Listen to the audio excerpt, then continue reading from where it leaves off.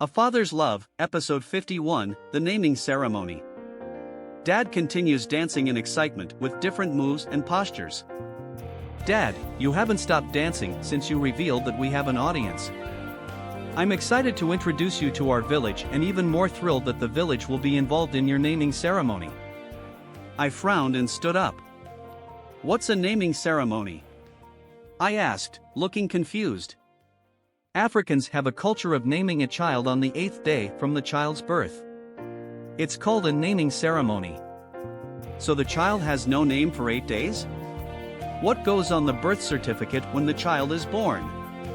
Or is the birth certificate delayed by 8 days? Too many details, but I can tell you that a naming ceremony is a joyous time where everyone comes together to celebrate the child.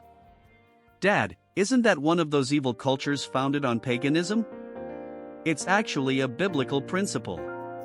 When Jesus was born, he wasn't named until the 8th day. Oh, okay. I breathed a sigh of relief as I took my seat. So how does it work in this case? For the next 4 weeks, our village will have a chance to vote on a name for you. There will be a list of names to choose from and vote. What if someone votes twice? It's a trust process where everyone will follow the rules. Voting can only be done once per person.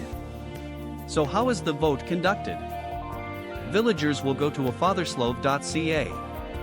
There will be a list of names to select on the home page. As the selection is done, the results show on a graph so that everyone can see progress. What are the names to choose from? Isaac, Joseph, Joshua, Elisha, Solomon, Timothy.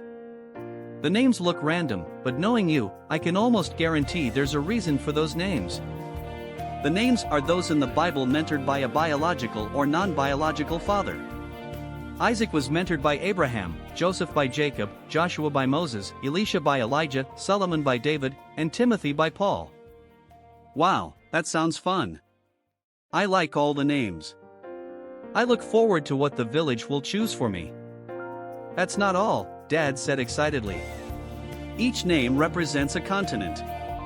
Isaac represents Africa, Joseph represents Asia, Joshua represents Australia, Elisha represents Europe, Solomon represents North America, Timothy represents South America.